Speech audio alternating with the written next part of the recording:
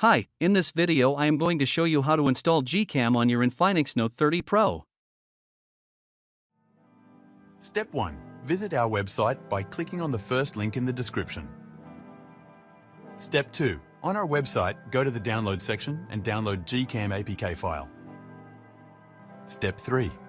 Go to video instruction section on our website. There you will find step-by-step guide on how to install that GCam APK. That's it. Don't forget to visit our website for complete instructions and APK file. Lastly, here's some GCam versus stock camera app comparison.